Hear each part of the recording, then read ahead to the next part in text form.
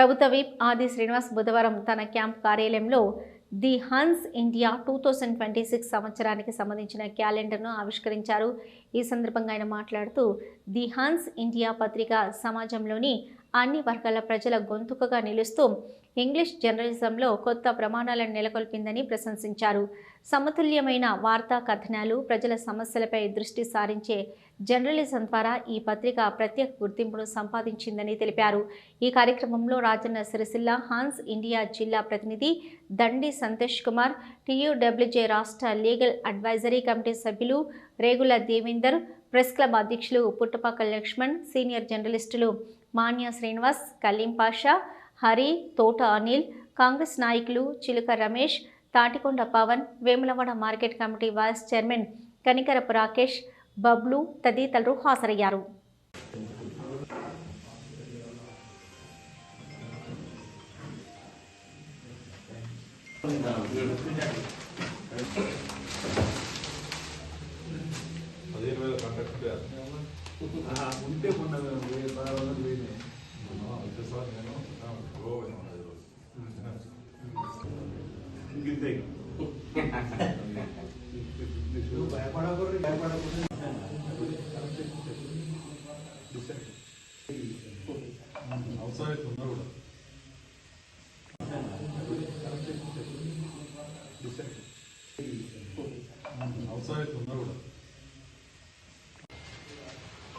the Hans India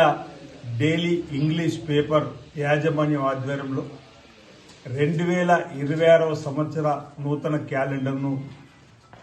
ఇక్కడ ఈ ప్రాంతంలో నా చేతి మీదుగా ప్రారంభం చేసినందుకు యాజమాన్యానికి, ఈ ప్రాంతంలో అందులో పనిచేస్తున్నటువంటి మిత్రులు సంతోష్ గారికి, అదేవిధంగా జర్నలిస్టులకు, వారి మిత్ర బృందానికి నా వైపు నుంచి ధన్యవాదాలు తెలియజేస్తూ, నూతన సంవత్సర శుభాకాంక్షలను ప్రజలందరికీ కూడా అందజేస్తూ 2026 సంవత్సరంలో శుభకార్యాలు, సెలవు దినాలు, ఓ క్యాలెండర్లో ఏమేమి కార్యక్రమాలు ముందస్తుగా ఏర్పాటు చేసుకోవాలో చెప్పేటువంటి కార్యక్రమాలకు సంబంధించినటువంటి క్యాలెండర్ను ఆ సమాజంలో అన్ని వర్గాలకు సంబంధించినటువంటి వారు ముద్రించడం ఆనవాయితీగా వస్తున్న సందర్భంలో పత్రికా రంగంలో, ఇంగ్లీష్ పత్రికా రంగంలో ది హన్స్ ఇండియా డైలీ పత్రిక సమాజంలో రుగ్మతలను రూపుమాపడానికి,